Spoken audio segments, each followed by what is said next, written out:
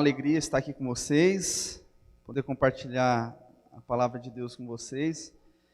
O pastor Juliano já me apresentou e a gente vai ter muito tempo para se conhecer. Então eu gostaria de pedir para vocês para abrir a sua Bíblia no Evangelho de Marcos, capítulo 4, a partir do verso 35.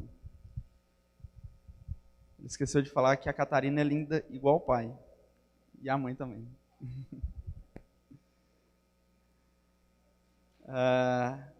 Evangelho de Marcos, no 4º capítulo, do verso 35 ao 41.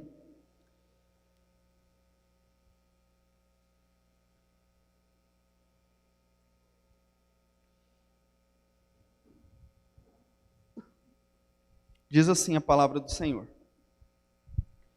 Naquele dia, sendo já tarde, Jesus disse aos discípulos: vamos passar para a outra margem. E eles, despedindo a multidão, o levaram assim como estava no barco, e outros barcos o seguiam. Ora, levantou-se grande temporal de vento, e as ondas se arremessavam contra o barco, de modo que o mesmo já estava se enchendo de água. E Jesus estava na popa, dormindo sobre o travesseiro. Os discípulos o acordaram e lhe disseram: Mestre, o Senhor não se importa que pereçamos? E ele, despertando, repreendeu o vento e disse ao mar: acalma-se, fique quieto. O vento se aquietou e tudo ficou bem calmo. Então Jesus lhe perguntou: por que vocês são tão medrosos? Como é que ainda não têm fé? E eles, possuídos de grande temor, diziam uns aos outros: quem é este que até o vento e o mar lhe obedecem? Vamos orar? Senhor, muito obrigado, Pai, pela Tua palavra. Deus, muito obrigado, ó Deus querido, por termos essa oportunidade de estarmos aqui reunidos como igreja do Senhor e ter a oportunidade, ó Deus querido, de ouvir a Tua palavra, ouvir uma pregação, cantar louvores a Ti, ó Deus. Muito obrigado, Deus. Pai amado, receba, ó Pai querido, o nosso culto, receba a nossa liturgia, ó Pai, e fale ao nosso coração. Deus querido, nós temos pessoas aqui com diversas necessidades, uma diferente das outras, e Deus, a Tua palavra é tão rica que ela é capaz de suprir todas, ó Pai querido, todas as nossas necessidades neste momento. Nós queremos a resposta do Senhor. E pedimos, ó Deus, que o Teu Espírito Santo aplique a palavra do Senhor no coração dessas pessoas que estão aqui, a começar de mim, ó Deus. Fale ao meu coração, fale ao coração da Tua igreja, em nome de Jesus Cristo que nós oramos. Amém e amém. Queridos, tem um rap, né, aqueles que conhecem um pouco mais desse mundo alternativo vai saber quem é, de um grupo que é chamado de Racionais MC. Esse rap é um rap onde um trecho diz assim, mais ou menos assim: o que é, clara e salgada, cabe em um olho e pesa 1 tonelada. Tem sabor de mar, pode ser discreta, inquilina da dor, morada predileta. Na calada ela vem, refém da vingança, irmã do desespero, rival da esperança. Pode ser causada por vermes imundanas, ou o espinho da flor cruel que você ama. Amante do drama, vem para minha cama sem querer, sem me perguntar me fez sofrer. E eu que me julguei forte, eu que me senti, serei o fraco quando outras dessas virem. Se o barato é louco e o processo é lento, então no momento, deixa eu caminhar contra o vento. O que adianta eu ser durão e o coração ser vulnerável? O vento não é suave, mas é frio e implacável. É quente e borrou a letra triste do poeta. É só, rolou no rosto pardo do profeta. Verme, sai da reta, a lágrima de um homem vai cair. Se esse é o seu B.O. da eternidade, diz que o homem não chora, tá bom, falou. Não vai para grupo, irmão, até Jesus chorou. Esse é um trecho muito interessante, né? Um pouquinho longo aqui, mas ele é interessante por quê? Porque esse grupo fala sobre a lágrima e ele faz uma análise dos momentos em que a lágrima ela cai do nosso rosto. E você vai observar que o Brau, né, o Mano Brau, que escreveu esse rap, ele fala que os momentos que a lágrima cai dos nossos olhos são momentos de dores, momentos de aflição. Eu sei que existem momentos na nossa vida em que as lágrimas caem em momentos de alegria, né? Só que na maioria das vezes, ela só cai em momentos de aflições, de dores. E nós estamos vivendo em momentos de aflições e dores. Em momentos terríveis. Momentos onde um vírus toma conta do planeta e faz o mundo parar. Um momento onde igrejas são tão perseguidas a ponto de matarem pessoas que se dizem cristãs, destruírem as suas casas, colocar fogo em suas propriedades. Nós estamos vivendo momentos terríveis, momentos onde nós vemos igrejas rachando por divergências de visões políticas. Nós vemos famílias se desfazendo por divergências de posições políticas, momentos de dores. Eu nunca vi tantos divórcios acontecer igual nesse período que nós estamos vivendo. Momentos de dores. E aqui, no contexto em que o Evangelho de Marcos foi escrito, não era diferente. O Evangelho de Marcos foi escrito para os cristãos que habitavam em Roma. Marcos, ele escreve esse evangelho com o propósito de edificar e fortalecer a fé daqueles cristãos, porque eles estavam passando por momentos de aflições, momentos terríveis. Aqueles cristãos que estavam ali, estavam perdendo seus pais, seus filhos, eles estavam sendo torturados, eles estavam tendo as suas propriedades tomadas. Muitos negavam a fé para não morrer. Momentos de dores, momentos de aflições. E os cristãos ficavam pensando, e agora? O que será de nós? Escondido em cavernas? Ou então não podendo professar a sua fé? E Marcos escreve esse evangelho com o propósito de fortalecer a fé desses irmãos. É muito mais do que narrar a história de Jesus. Aqueles cristãos que estavam ali em Roma, eles já conheciam a história de Jesus. Eles já sabiam que Jesus nasceu da Virgem Maria. Eles já sabiam que Jesus realizou milagres, que Jesus pregou o reino de Deus, que Jesus morreu na cruz, que Jesus ressuscitou ao terceiro dia. Eles já conheciam toda a história de Jesus. Mas qual que é o propósito, então, de Marcos escrever um evangelho narrando a história de Jesus? Para que, através da história de Jesus, os cristãos pudessem aprender lições pastorais, teológicas, redentoras, que fortalecessem a sua fé. Em específico, aqui nesse trecho, onde Marcos fala sobre a tempestade sendo acalmada pela voz de Jesus, nós podemos ter essas lições. Por isso eu quero meditar com os irmãos sobre o Jesus que nos socorre em meio às aflições. E quais as lições que nós podemos aprender sobre Jesus que nos socorre em meio às aflições? A primeira lição, como eu já disse, é a lição teológica. Marcos, nesse trecho, ele apresenta uma perspectiva teológica que na teologia nós chamamos de cristologia. Nessa cristologia existe um assunto específico que nós chamamos de as duas naturezas do Redentor.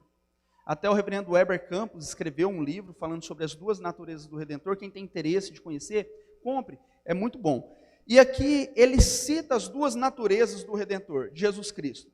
A primeira natureza que ele cita é a natureza divina, humana de Jesus, perdão. A primeira natureza é a natureza humana de Jesus. Quando você vai ler o trecho sobre a tempestade acalmada por Jesus, aqui, você vai ver que Jesus estava cansado. Jesus estava cansado. E Marcos faz questão de falar que Jesus estava tão cansado, mas tão cansado, que ele estava dormindo no barco. Uma grande tempestade começa a bater no barco, né? As ondas começam a bater no barco, chacoalhar o barco e até mesmo jogar água para dentro do barco. Lá a minha terra ali é a terra da pescaria, né? Minha cidade é banhada ali pelo Rio Grande. Então, desde pequenininho, a gente gosta muito de pescar. Desde pequenininho. Em muitos lugares aí do Brasil, você pergunta para uma criança o que você quer ser quando crescer, o menininho fala, eu quero ser jogador de futebol, né? Lá não, eu quero ser pescador. Por quê? Porque é uma prática muito comum. E quando a gente ia pescar de canoa e começava a chover bastante, né, vinha uma tempestade, a gente ficava com medo, porque a canoa começava a chacoalhar e às vezes, por conta do vento, né, o rio, todo mundo que gosta de pescar sabe que o rio é meio estreito, e começa a jogar ondas para a canoa. É claro que eles estavam num barco, mas só que lá no Mar da Galileia, onde que aconteceu isso, o Mar da Galileia é cercado por montes. Então o vento vem e afunila ali naqueles montes e bate na água e levanta ondas gigantescas. Então, para quem é pescador ou quem gosta de pescar e já enfrentou uma tempestade numa canoa, num rio, imagina essa tempestade intensificada 10 vezes mais. É o que estava acontecendo ali. Os discípulos ficaram apavorados. E por que eu estou fazendo questão de falar isso? Porque a água provavelmente caía dentro do barco sobre Jesus e ainda assim Jesus não acordava. Imagina o sono desse caboclo. Imagina o sono dele. Imagina só, aqui tem um presbítero que é mestre de obras, né? Imagine só, depois que você trabalhou o dia inteiro, batendo laje, você chega na sua casa e você deita, e nem sua esposa consegue te acordar. Esse era o sono de Jesus ali. Marcos faz questão de apresentar Jesus na sua humanidade. Ele faz questão de mostrar Jesus cansado, ali exausto. Jesus é homem. Mas ao mesmo tempo, o evangelista Marcos apresenta a natureza divina de Jesus. Ele não é somente um Jesus humano, ele é um Jesus Deus. Observe só que Jesus, o mesmo Jesus que estava dormindo ali, é o mesmo Jesus que ele levanta, ele dá ordem à tempestade e a tempestade lhe obedece. Ele provando a sua divindade. Ou seja, a lição teológica que o evangelista Marcos nos apresenta aqui é que Jesus, ele é homem e ele é Deus. Ele tem uma natureza humana e ele tem uma natureza divina. A natureza humana de Jesus não é expressa apenas nesse texto. Ela é expressa nos momentos em que Jesus chora porque o seu amigo Lázaro morreu, enlutado. A natureza humana de Jesus também é revelada aqui quando ele pede água na cruz, falando eu tenho sede. Quando lá no deserto ele estava com fome e desejou comer pão e Satanás tenta tentar Jesus, né? E não consegue. Nós vemos aqui Jesus o tempo todo sendo apresentado na sua humanidade. Nós vemos um Jesus que morre, que sente dores, que sente aflição lá no Getsemane. Nós vemos um Jesus humano, um Jesus que entende as nossas dores, um Jesus que entende as nossas limitações, não só na teoria, mas na prática, porque ele viveu as nossas limitações. Ninguém melhor para nos conhecer do que o Senhor Jesus. Mas a Bíblia também cita a natureza divina de Jesus, não só quando ele dá ordem à tempestade. Se você ler aqui o Evangelho de Marcos, você vai ver não só a tempestade obedecendo à voz de Jesus, mas você vai ver também os demônios ouvindo a voz de Jesus e obedecendo à voz de Jesus, lá no capítulo de número 5. Você vai ver a morte obedecendo à voz de Jesus, e Jesus ressuscitando a filha de Jairo, lá no capítulo de número 5, verso 35. Você vai ver a enfermidade obedecendo à voz de Jesus e cessando. E você vê também a criação, ouvindo a voz de Jesus, a ordem de Jesus e cessando, e se acalmando. A mesma voz que deu ordem lá no início de todas as coisas, dizendo, haja luz, venha a existência para a criação, é a mesma voz agora que fala para essa criação que ele trouxe à existência. Acalma, e a criação se acalma. A tempestade se acalma, o mar se acalma, o vento se acalma, porque é a voz do Senhor. É um Jesus homem e um Jesus Deus. É um Jesus tão Deus, mas tão divino, que ele ressuscita ao terceiro dia e é assunto aos céus. Está à direita do Senhor. Queridos, Mas também o evangelista Marcos nos ensina uma lição pastoral. Não só uma lição teológica, mas uma lição pastoral. Observe só alguns detalhes aqui nesse texto. O primeiro detalhe é que Jesus estava em meio à tempestade junto com os discípulos. Isso nos leva a entender que o fato de Jesus estar ali não impediu os discípulos de passar por um risco de morte, por um perigo, por algo que trouxesse ali desespero ao coração dos discípulos.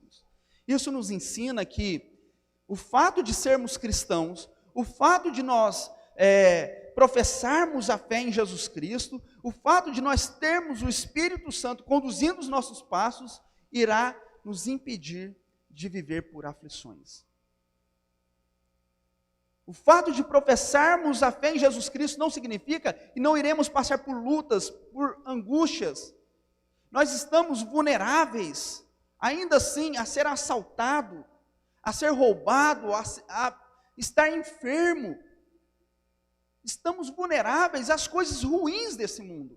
O próprio Senhor Jesus disse: vocês enfrentarão angústias e aflições, mas tende bom ânimo, porque eu venci o mundo.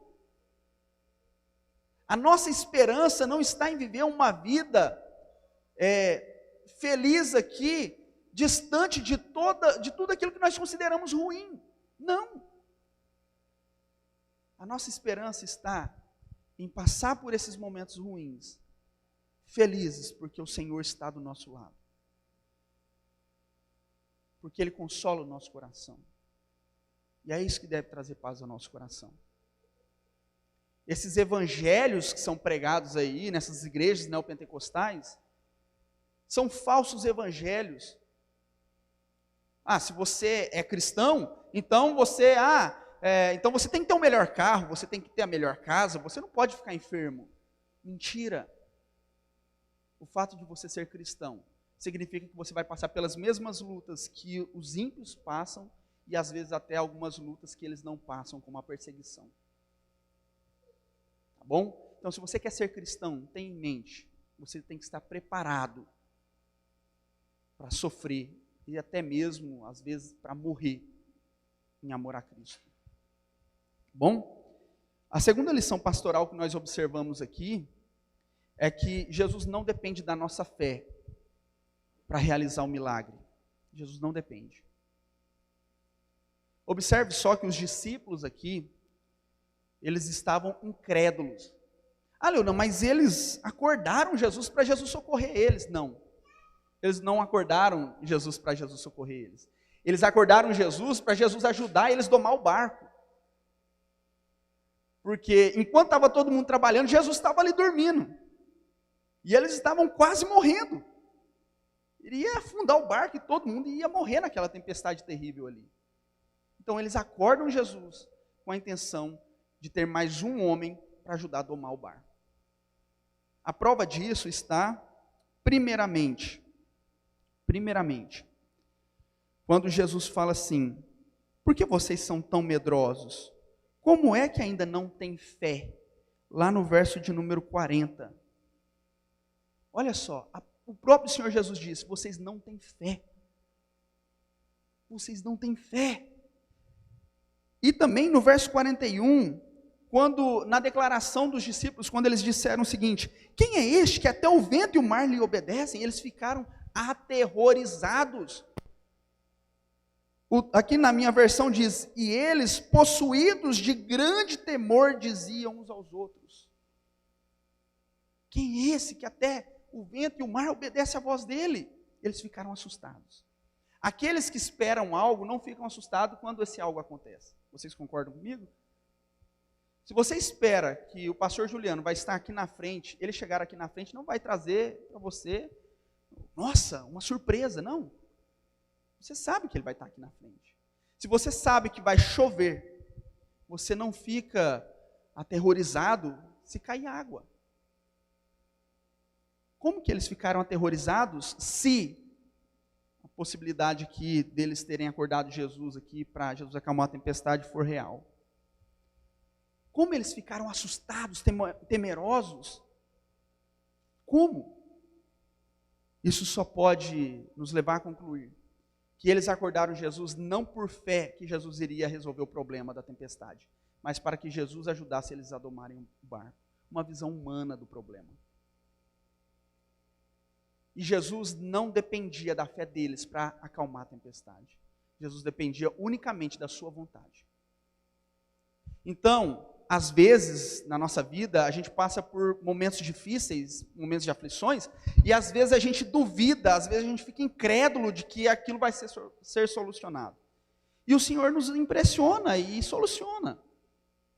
Não porque nós somos bons, não porque a minha fé é forte, mas porque o Senhor Jesus é soberano sobre a nossa história. Esse é o nosso Deus. O Deus que não depende da nossa força e da nossa bondade, da nossa capacidade de fazer algo bom ou belo. Ele não depende disso. Ele depende unicamente da sua soberana vontade. Por fim, uma terceira lição que nós podemos observar aqui é uma lição redentora. Uma lição redentora.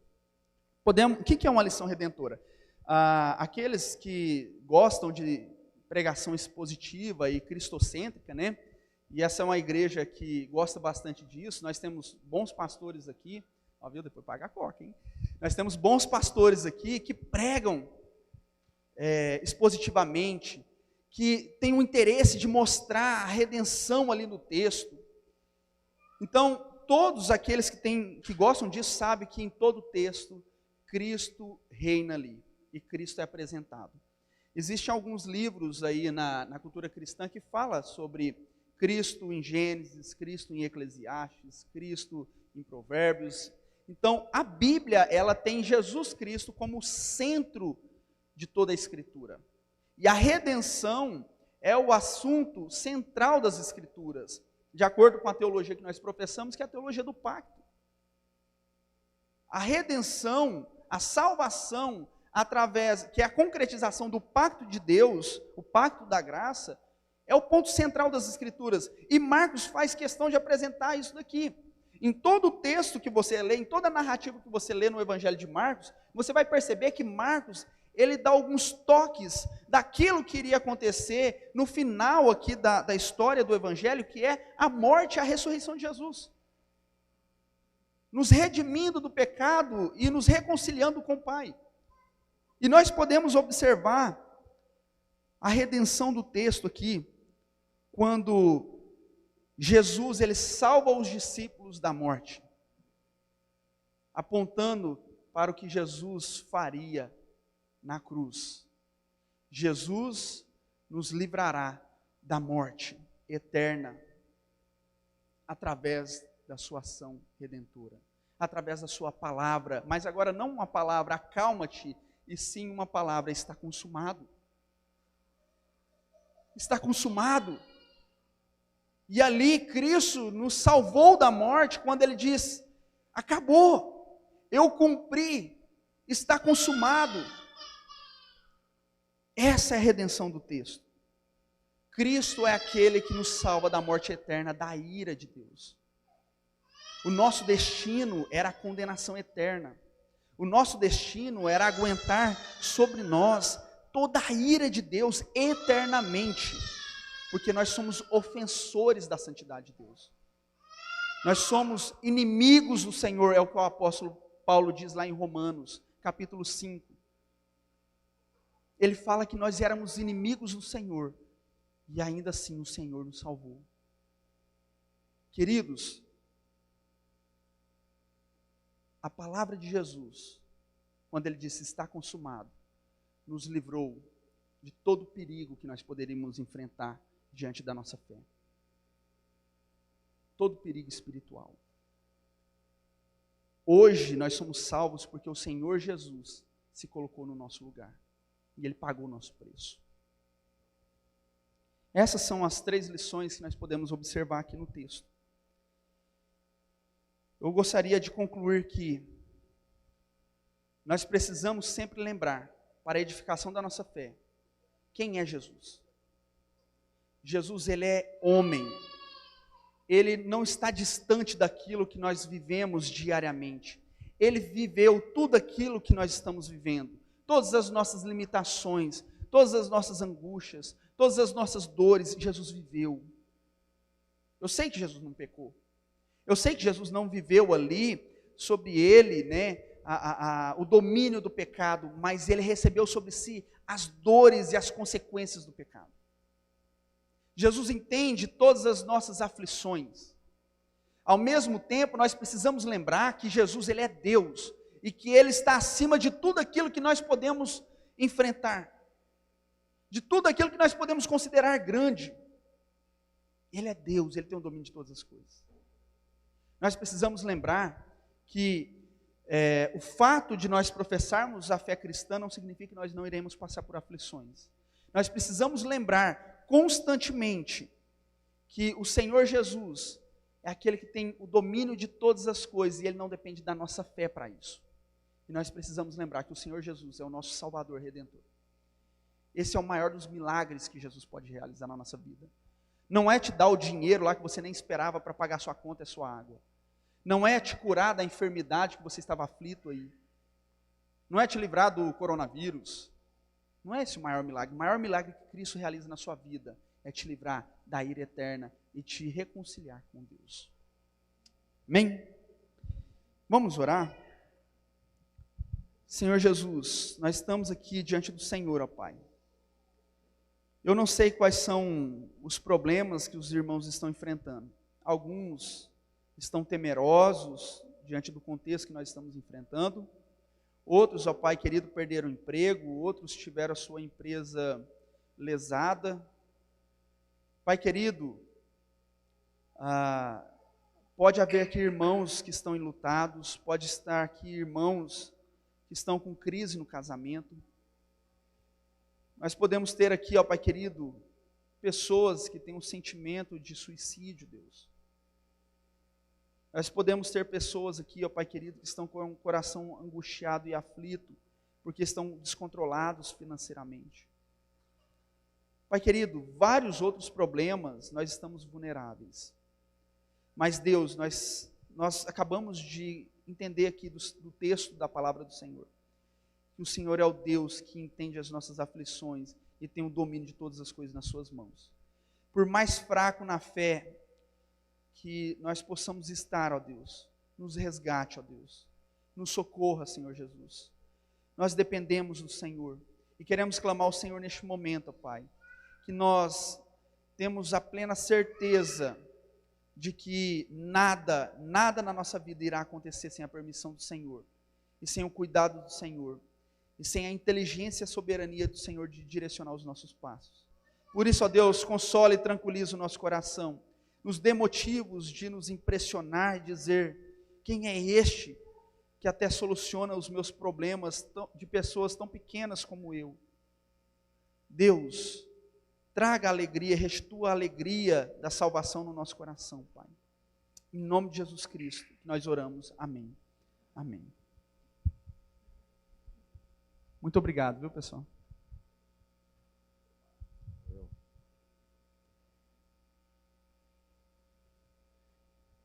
Gente, fique de pé. Olhando que esses olhos regalados aí, calma, tá acabando. Receba a bênção do Senhor. Que a graça do Senhor Jesus, o amor de Deus o Pai, e a comunhão e a consolação do Santo Espírito do Senhor esteja com todos nós até o fim. Amém. Deus abençoe a todos.